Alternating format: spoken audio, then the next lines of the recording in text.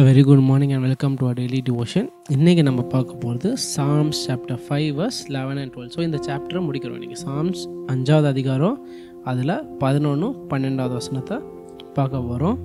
So இதில் என்ன பண்ணுற, டேவிட் சாம முடிக்கிறார், இந்த ஜெபத்தை முடிக்கிறார். எதை முடிக்கிறார்? சந்தோஷத்தோட சந்தோஷத்தும் அந்த விசுவாசம், the assurance that God will take care of everything. So என்ன சொல்கிறாரு, ஆண்டவர் என்னை சுற்றி ஒரு ஷீல்டு மாதிரி இருக்கிறார். என்ன மாதிரி இருக்கிறார்? ஒரு ஷீல்டு மாதிரி இருக்கிறாரு. எனக்கு ஒரு நம்பிக்கை, ஒரு கான்ஃபிடென்ஸ் தருதுன்னு சொல்லிட்டு என்ன சொல்லி முடிக்கிறார். அந்த கான்ஃபிடென்ஸோட அவர் முடிக்கிறார். ஸோ இதில் நம்ம எடுக்க போகிற மெயின் வசனம் verse 12. So Psalms chapter 5 verse 12, which says, "For you, O Lord, will bless the righteous with favor. You will surround him as with a shield." சொல்கிறேன், for you, O Lord, will bless the righteous with favor. You will surround him with a shield. So இதுலேருந்து நம்ம எடுக்க போகிற takeaway என்னென்னா, ஆண்டவர் God is a God who, if we earn his favor, ஆண்டவரோட favour if we earn பண்ணால், ஆண்டவரோட if we earn God's favor, he will protect us and sustain us. அவர் மேலே அந்த விசுவாசம் இருந்தால், ஸோ நம்ம ஆண்டவர் மேலே அந்த முழு விசுவாசம் இருந்தால் அவர் என்ன பண்ணுவார், நம்மளுக்கு பாதுகாப்பும் நம்மளுக்கு ஒரு கான்ஃபிடென்ஸையும் கொடுப்பார். ஸோ என்ன பண்ணுறாரு, அந்த பாதுகாப்பும் confidence sustains us. So that is the main thing to take away. So ஒரு எக்ஸாம்பிள் என்னென்னா, இதில் நிறைய பேர் ஒரு மிஸ்கன்செப்ஷன் இருக்கும். ஸோ அந்த எக்ஸாம்பிளில் பார்க்கலாம். இப்போ வெளியே சடன்லி இட்ஸ் ஸ்டார்டட் ரெய்னிங் இன் சென்னை. என்னன்னு தெரில, ஜான்வரியில் இட்ஸ் நல்லா மழை பெய்யுது. நம்ம சென்னையில் இப்போ மழை பெய்ஞ்சிட்ருக்கு. ஸோ அந்த மழையில் என்னாகும், நம்ம வெளியே நார்மலாக ஃப்ரீயாக we cannot walk, நடக்க முடியாது, நார்மலாக நடக்க முடியாது. என்னாகும், எதர் வித் an umbrella இல்லைனா ஒரு ரெயின் கோட் போட்டால் தான் நடக்க முடியும். ஸோ ரெயின் கோட் போட்டால் உடனே மழை ஏன் நடக்கிறோம்? ரெயின் கோட் போட்டால் இல்லை ஒரு கொடை இருந்தால் ஏன் திடீர்னு மழை நின்றுடுதா? நம்ம ஒரு ரெயின் கோட் போட்டால் இல்லை, இல்லைனா ஒரு umbrella பிடிச்சிட்டா, does the rain stop if we have an umbrella or if we are wearing a raincoat? No, the rain is still continuing. மழை என்ன பண்ணும், பெஞ்சிக்கிட்டே தான் இருக்கும். நம்ம கையில் கொடை இருந்தாலும் மழை நிற்காது, நம்ம ரெயின் கோட் போட்டாலும் நிற்காது. ஆனால் என்ன தரும்னா, அந்த ரெயின் கோட் இல்லைனா அந்த கொடை பாதுகாப்பு தரும். ஸோ என்ன பண்ணும், அந்த மழையை தாங்கிறதுக்கு அது நம்மளுக்கு தேவையான ப்ரொடெக்ஷன் தரும்.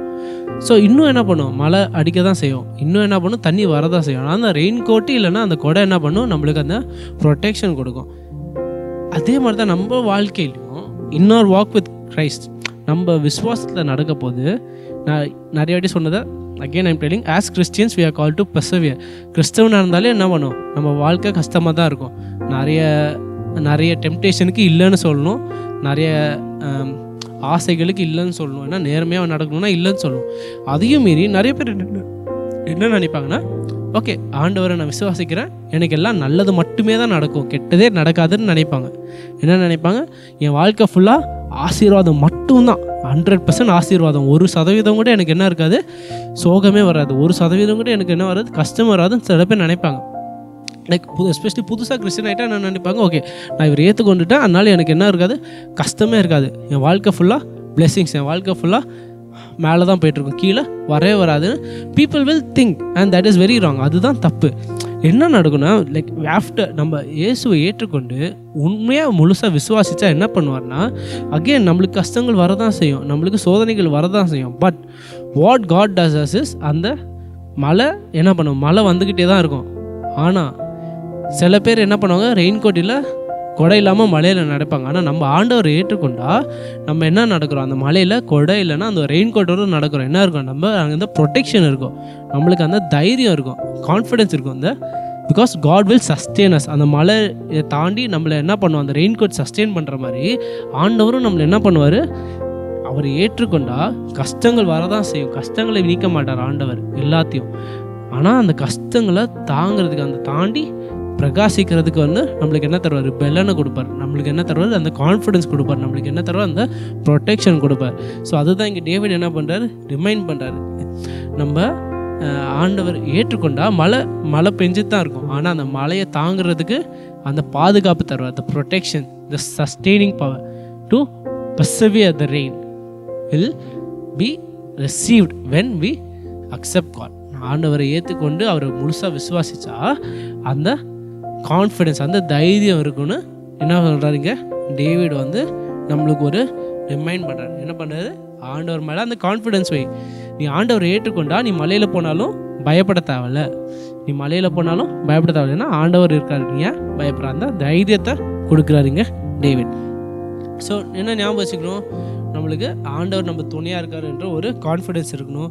அடுத்து அந்த பயம் வரும், நம்ம வாழ்க்கையில் சோதனைகளோ கஷ்டங்களோ அந்த பயம் வர்றது என்ன பண்ணும், ஆண்டவர் மேலே இருக்க விசுவாசத்தை அப்போ தான் நம்ம என்ன பண்ணணும், இன்னும் பலப்படுத்தணும். அதுக்கப்புறம் கடைசியாக என்ன பண்ணுங்கள், ஜெபத்தில் ஆண்டவர் அவரோட கிருபை, அவரோட பாதுகாப்பான இஸ் ப்ரொடெக்டிவ் ஹேண்ட், அதுக்காக என்ன பண்ணணும், நம்ம நன்றி சொல்லலாம். ஸோ இந்த 3 வச்சு that is what I want us to take away. Thank you.